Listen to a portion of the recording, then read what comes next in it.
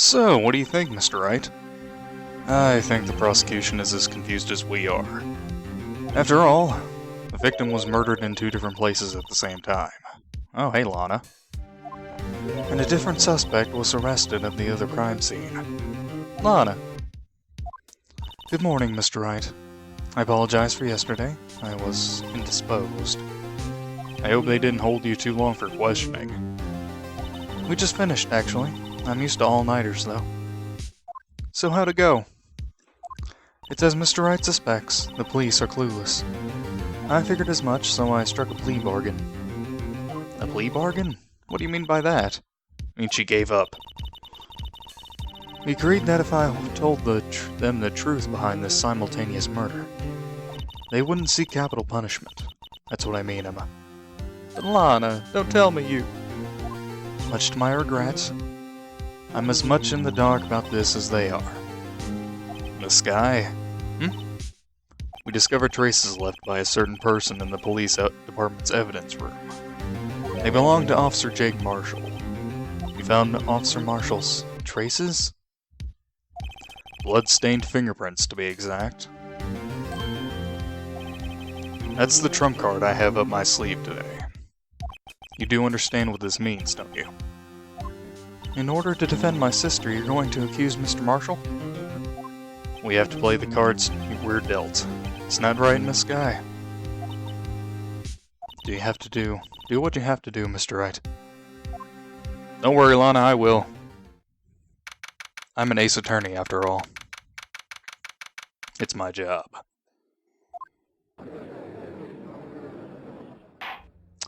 Court is now in session for the trial of Miss Lana Skye.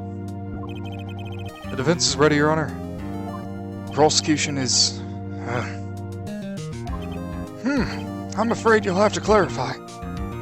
It takes 30 minutes by car to reach criminal affairs from the prosecutor's office. The victim, Bruce Goodman, was slain at both places at the same time. But that's not physically possible, is it? What's more, I hear the victim from the evidence room just disappeared. Yes, and the body eventually reappeared in the trunk of Mr. Edgeworth's car. Well, this is one messed up trial. One of my duties as prosecutor is to present impartial evidence. Today I will present evidence relating to the murder at the police department. In so doing, I believe the way in which we should proceed will reveal itself. Now, that's what sets Mr. Edgeworth apart. He sounds so on top of things, even though he doesn't know what's going on himself. And that's supposed to be an admirable trait. Very well, let the trial resume.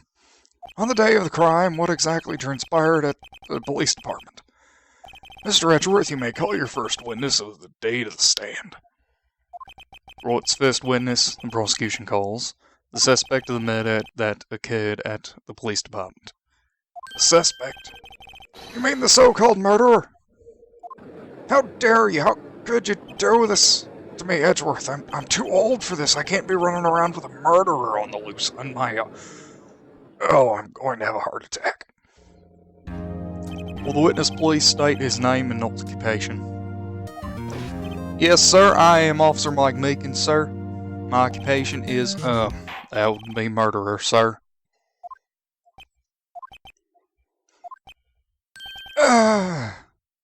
Did he just admit to it? So you're telling us you're the professional killer? Sir, it was me, sir. I'm the one who did it. I'll never kill anyone again, sir. You've got to believe me, sir. Actually, what we'd like to hear from you is... Sir, I am what you call part of the younger generation, sir. A person whose actions adults can't possibly comprehend. Please, Mr. Edgeworth, sir, help me, sir. Officer Meekins. Yes, sir. Give us your report of the crime. Consider that in order. Yes, sir, as you wish. After all, I am part of a generation that must be told what to do, sir. You can't fault him for a lack of enthusiasm. That I can, Emma. I can do whatever I want. Although it's not my normal duty, I was assigned to guard the evidence room that day. I spotted a suspicious man in the security room on the security screen and rushed into the room. I was only doing what I was trained to do, sir. I was suddenly attacked. I fought for my life. Then I did it. After that, I passed out until another officer smacked me awake. Brutal. So the victim, Detective Goodman, attacked you. Do unto others before they do unto you. That's the Meekins family motto, sir. I see. Then you fainted, and a colleague helped you regain consciousness. Yes, sir. He knocked me upside the head, sir. Very well, the defense may begin its cross-examination. What I need here is more info to work with. So that means we ought to press. Press on everything. Press up against Meekins like a fly on manure.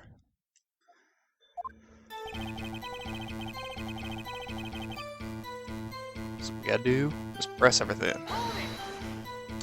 Mr. Meekins, you work in the General Affairs Department, do you not? Yes, sir. I am in charge of hiring new recruits, sir. Yikes, now there's a scary thought.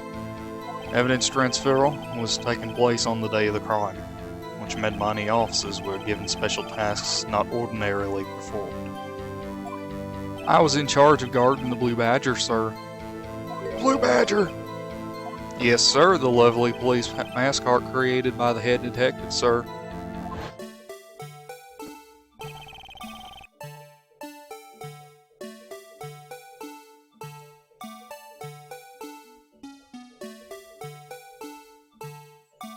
I still say we burn it. I was to ensure it wasn't broken during the transferal process. That was my sole mission for the day, sir. I see. Sounds like a very important mission. After the award ceremony finished that day, there were so many people running around that I relocated the Blue Badger to the evidence room. Oh, so that's why you went into the evidence room. Tell us, what did you see when you got there?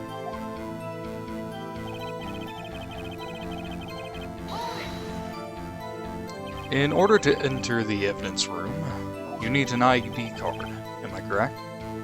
Precisely, sir. I have one right here around my neck. So then, your ID number should be listed in here, right?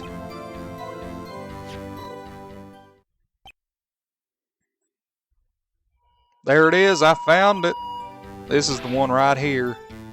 Could you please read us the number? Yes, sir, it's 4989596. That's my number, sir. I see. But the number 4989596 is shown as being used twice. Please explain, witness.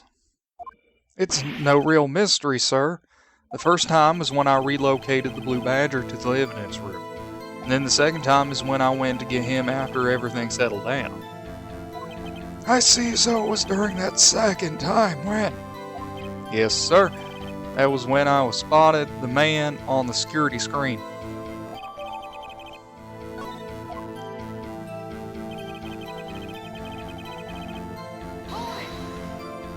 So you were attacked. Can you please tell us exactly what happened to you? It was a knife, sir, a knife. Detective Goodman pulled a knife on you. What happened then? Well, with me charging in on him like that, he looked as surprised as I was. You aren't exactly the kind of person someone would want to run into. That's when I reacted, sir. I swung my arm like an octopus, struggling to detain him. That's how I got this gash on my hand. Maybe if you just kept your cool, your hand wouldn't be. When I saw the blood trickling down my arm, I panicked. I grabbed the man by his collar. And he fought for his life. What exactly do you mean when you say you did it? I know I don't look the type, but I'm really into kung fu films, sir. The man let his guard down for just an instant, so I snatched his knife from him. You took his knife. I spun him around and performed a disarming maneuver. I made sure to close my eyes like a man. I see. He must have been desperate. The next thing I knew, his white coat was drenched in a sea of my blood, and then the next thing I knew, yes, he punched me right in my face, sir. Well, dang.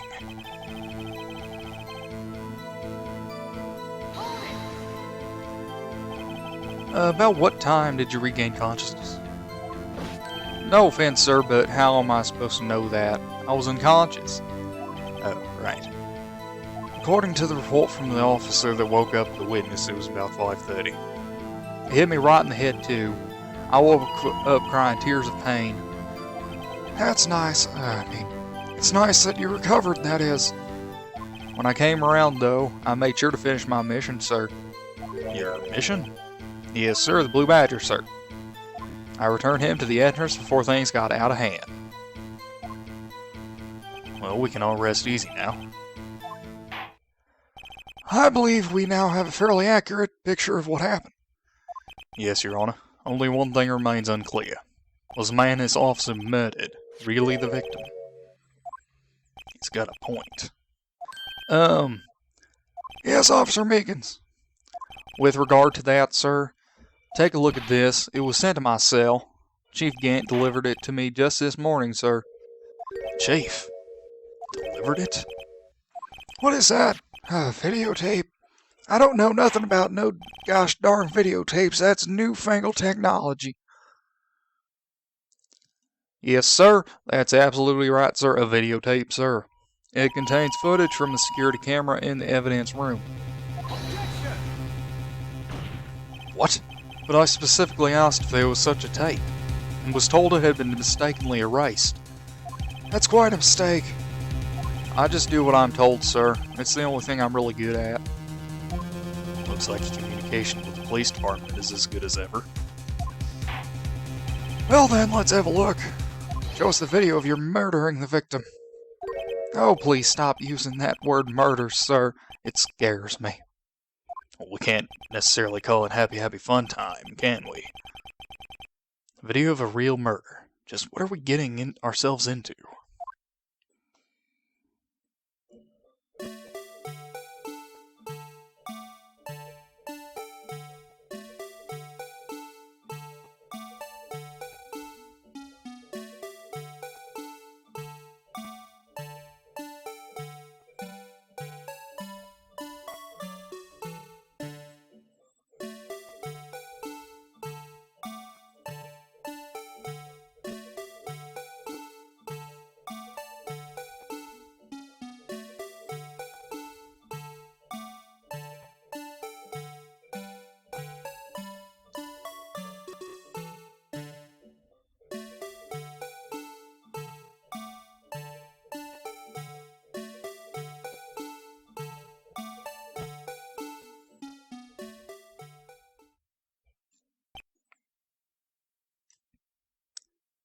Yeah, that's pretty much how my face is right now, too, Phoenix. Oh, no, that's a better face for me, Edgeworth. Good job. Well, I believe we're all thinking the same thing. How can we deal with these unsettling feelings stirred within us? What in the hell was that wriggling piece of plywood? Sir, that is the pride and joy of the entire Criminal Affairs Department, sir. It's the Blue Badger, sir. Why am I not surprised this isn't going smoothly?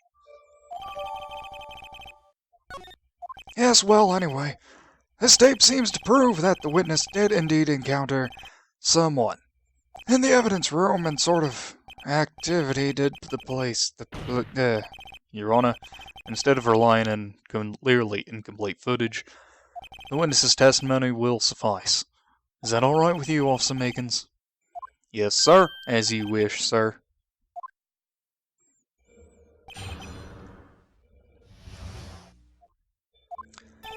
His face can't be clearly seen in the video, but there's no question that the other person was Detective Goodman, sir. I mean, he opened the locker, which required Detective Goodman's fingerprint to do.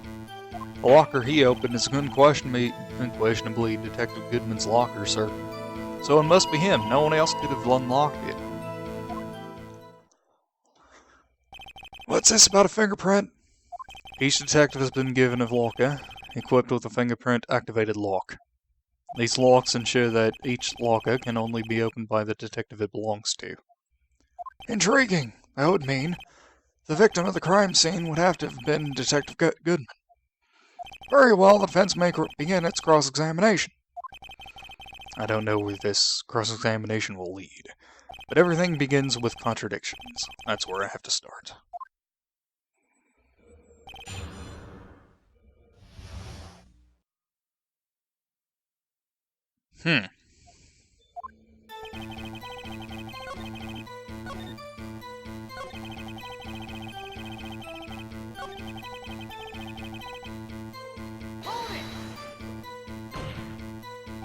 However, the most important detail is not shown in this video. The man's face. Sir, if I may say something, sir. Please do. After all, you are the one being examined thoroughly by Mr. Wright over here. He does a good, thorough job. I don't understand why the man's face is so important in this case, sir. I mean, it was his hand that opened the fingerprint lock, and it was his hand that tried to thrust his knife into my body, sir. My unsettled state can testify enough to this, sir. Yes, you have a point. The footage doesn't lie. That is, unless the defense can find a problem with it. Mr. Wright, let's check the court record again. Is there a problem with the security video? Well, of course there's a problem. Regarding the video contained on this tape, there's one thing in particular that seems rather strange. Strange? This contradiction leads to the possibility that the man may not be Detective Goodman. What? This video contains such a contradiction. Interesting. Your Honor, I have a proposal. Yes, Mr. Edgeworth. I propose we have the defense point out to us this alleged contradiction in the video. You would want me to point it out. Very well, proposal accepted. Let us further inspect this piece of evidence. I will now play the security tape. Mr. Wright, please show us this contradiction you speak of. I have to point out a problem in the video. This is the first time I've ever had to do that. You can do it, Mr. Wright. It's set up so you can fast forward, rewind, or pause the video. Just take a good look, and I'll be sure to point out the right thing. Please don't play it too many times. I can't stand watching this video. How did this guy ever become a police officer? Now then, Mr. Wright, please enlighten us. Where's the contradiction that indicates the man may not be Detective Goodman? Well, we gotta do this.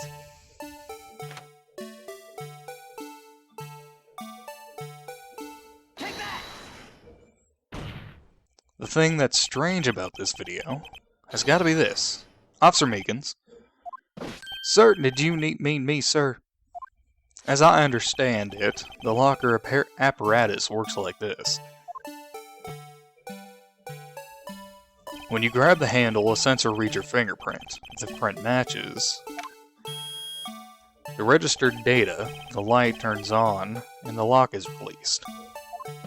According to my very limited experience, that's the way I understand it, sir. If so, then something is seriously wrong with this picture.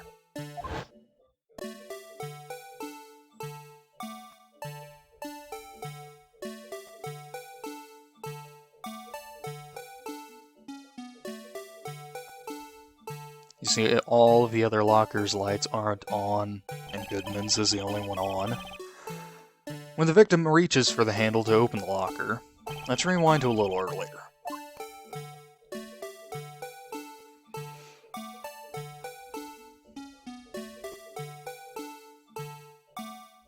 Here, notice the light? What's this? It's already lit! Precisely my point, Your Honor. The locker was already open before the victim grabbed the handle.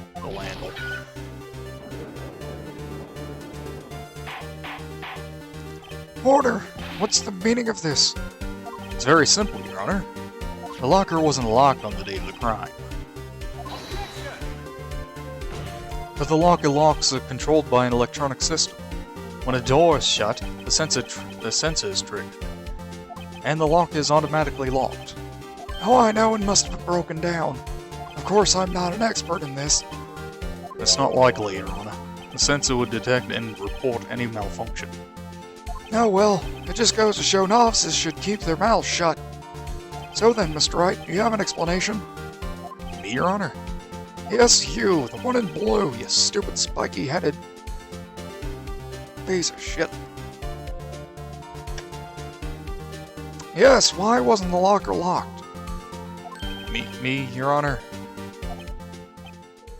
Yes, well, you see, this isn't exactly my field.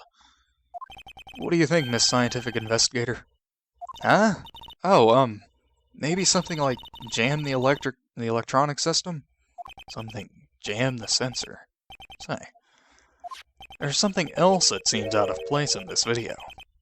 Yeah, I thought so too. There's gotta be another clue somewhere in this footage. Very well, let's inspect the video once more. The locker wasn't locked. Mr. Wright, please point out the cause for this.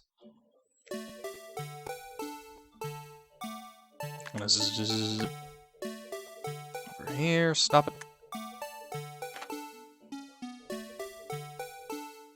I have to rewind.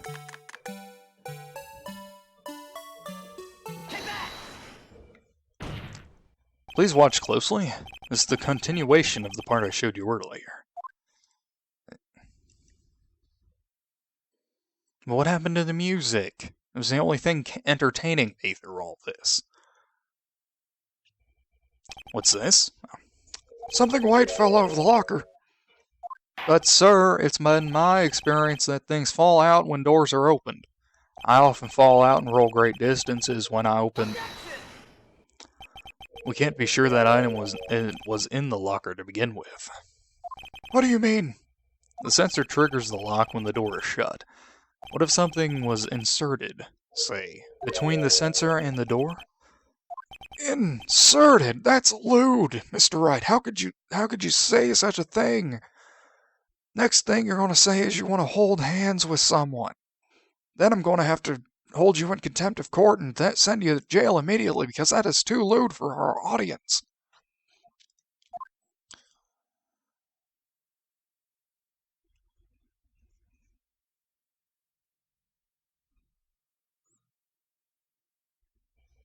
This white thing wasn't inside the locker.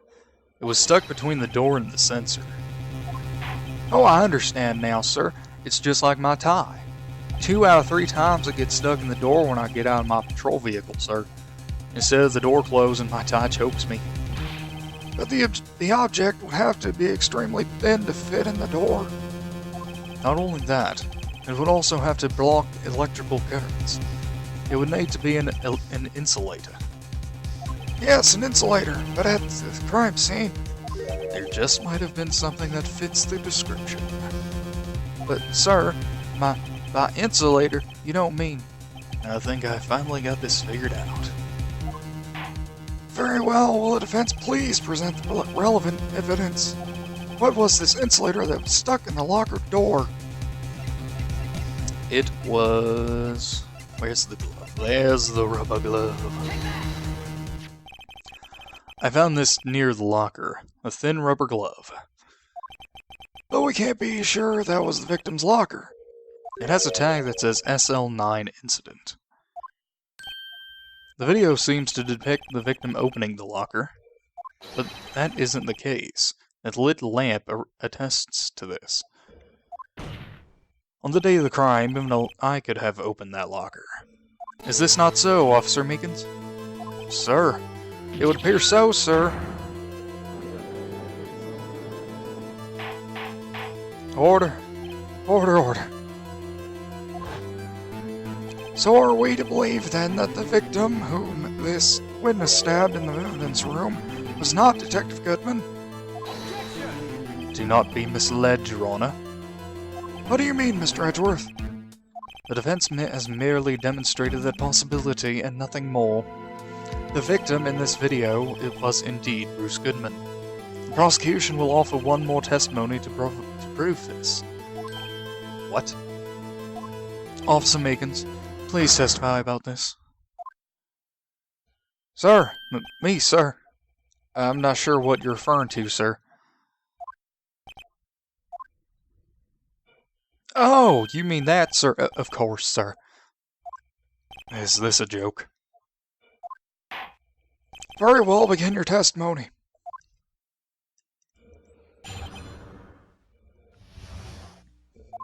There's one other thing that proves the man was Detective Goodman, sir.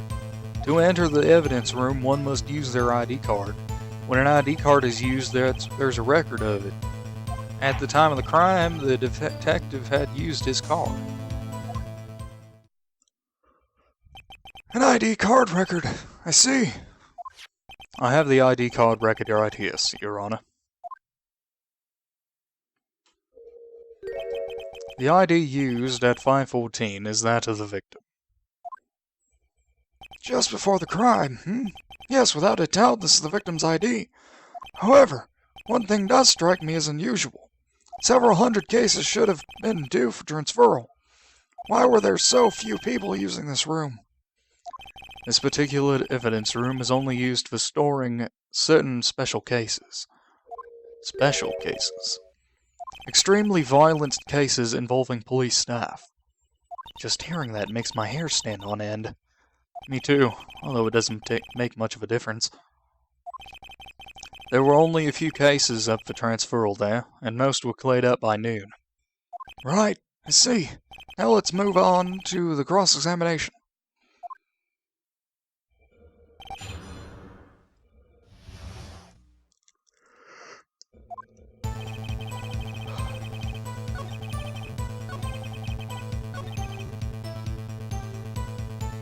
At the time of the crime, the detective had used his card. Why do you think that is, Mr. Mike Meekins? Because he had something. The lost item thing. Wait one moment, Officer Meekins. I'm not good at waiting, sir. I have the victim's ID card right here. I found it at the crime scene. That makes sense. When I say crime scene, I'm not referring to the evidence room at the police department. I mean the other crime scene, the underground parking lot at the prosecutor's office.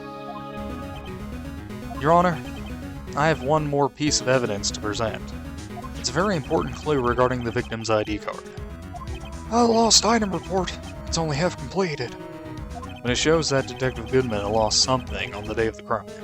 Something important enough to fill out this report. Let me guess, you believe this something to be his ID card, right? I can't say for sure, but there's a high probability. On the day of the crime, Detective Goodman was not carrying his card.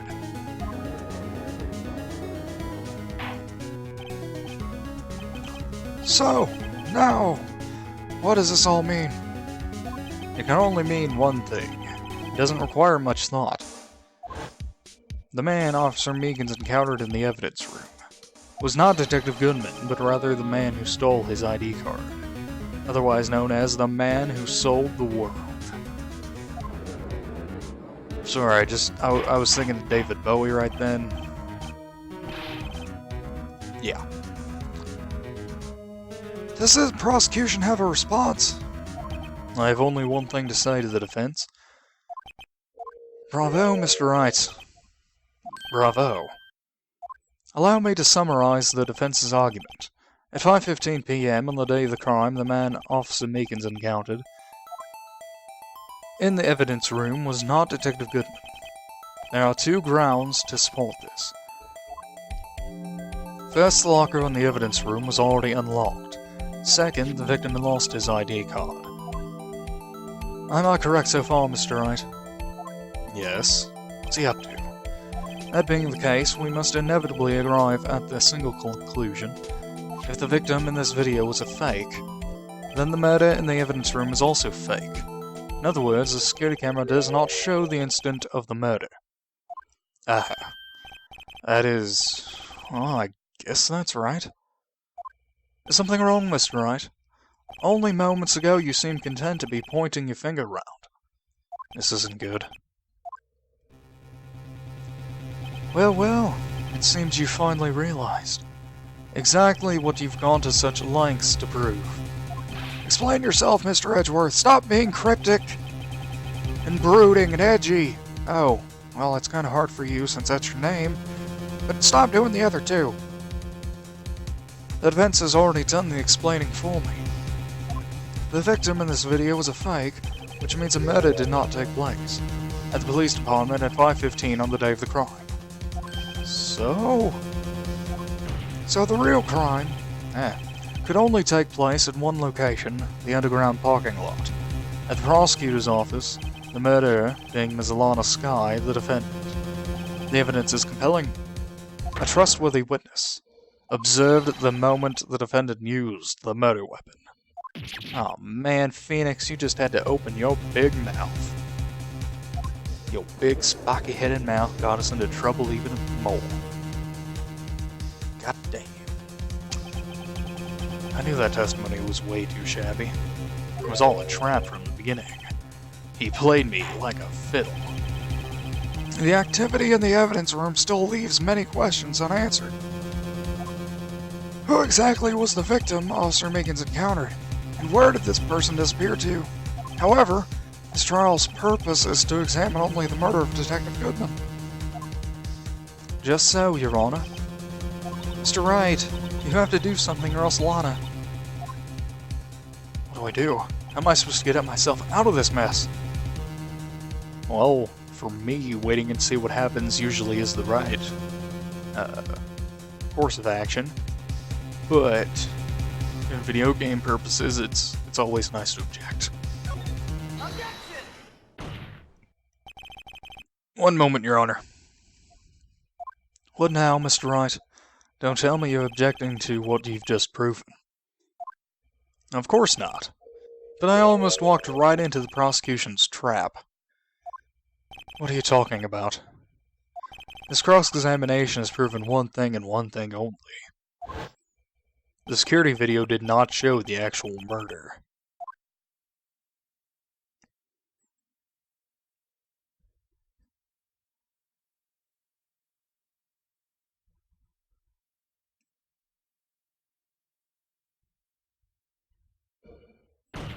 However, it cannot be said that it is unrelated to the murder on the parking lot.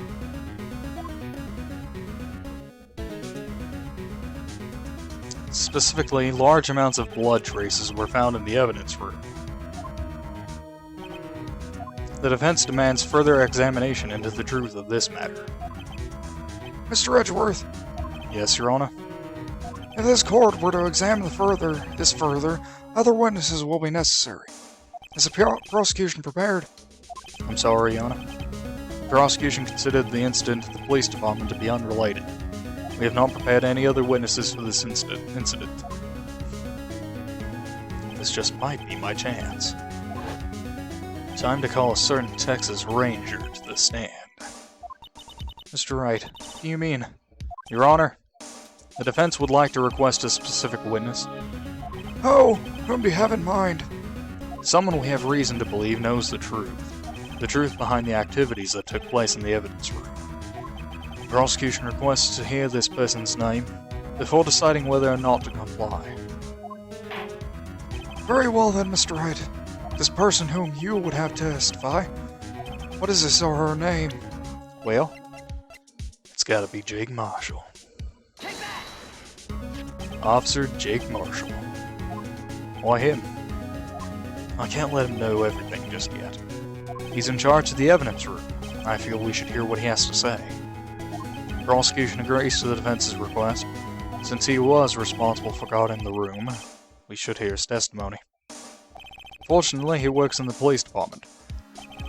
We shouldn't need longer than 20 minutes to prepare. Very well. The court will take a 30-minute recess while the witness is subpoenaed. Whatever. Long words hurt my brain. Will the prosecution please prepare the witness during this time? We will, Your Honor. Court in recess.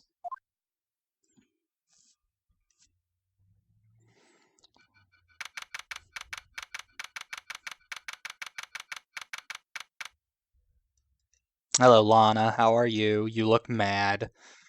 Why do you look mad at me, Lana? Well, you always look mad, but you look especially mad right now. There's no stopping you, is there, Mr. Wright? Huh? What do you mean? You called for Jake Marshall. It seems you figured everything out. I haven't figured anything out. Lana, you're the one who knows everything. Emma, You always know everything. Why don't you just tell us? Mr. Wright is trying his hardest to protect you. I don't recall ever asking for his protection. How can you be so cold? Don't you trust us? Don't you trust me? Hope I'm not interrupting anything, pals. Oh, guess I am. I'll come back later. Oh, good, Detective Gumshoe, what is it? Come back, you big lovable oaf. You've got a lot of nerve, pal, making a detective run all around while on duty. And to top it all off, you call me here. I've seen happier people at funerals. Sorry, Detective. You better be, pal. Hey! Hey! I didn't see you there, Miss Scabby. That's okay, so, have you brought what I asked? Oh, yes, I did. You mean this, right? My apologies, Detective. Due to my present circumstances, I was forced to use Mr. Wright's name when making my request. My name? Never in a million years would I have thought it was you who asked me. Did I bother you to bring me the SL9 incident files? I'll need them by noon. Talk about crazy. SL9 incident?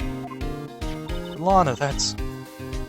I thought Mr. Wright might need them, so I had them brought here. Here, you might do well to read them. I can't believe you, the chief prosecutor, were a witness in that case. This guy was a witness? Take it from me, you don't want anything to do with the serial murders. Oh, what? Now that I've brought you your stuff, you're just going to ignore me? Emma, but why? Why's your name in here? What, my name's in there? I don't know. Unless... No, it couldn't be. Lana, this SL9 incident, is that... That's the classification number the police filed it under. 2 years ago, the rest of the world knew it as the Joe Dark killings. But Joe Dark... No, Lana. That's over with. No! Emma, wait. She ran away. Just like every woman in my life. You know what? I just remembered. I gotta be somewhere. Sorry, pal, but I'm out of here. Jake Marshall, Angel Starr, Damon Gant, Miles Edgeworth. Not to mention Lana and Emma. Everyone involved in this case is connected to those killings 2 years ago. This can't be just a coincidence. Knowing you just might be able to figure it out. Time to get back to the trial, Mr. Wright. Best of luck. I better take a good look at this file.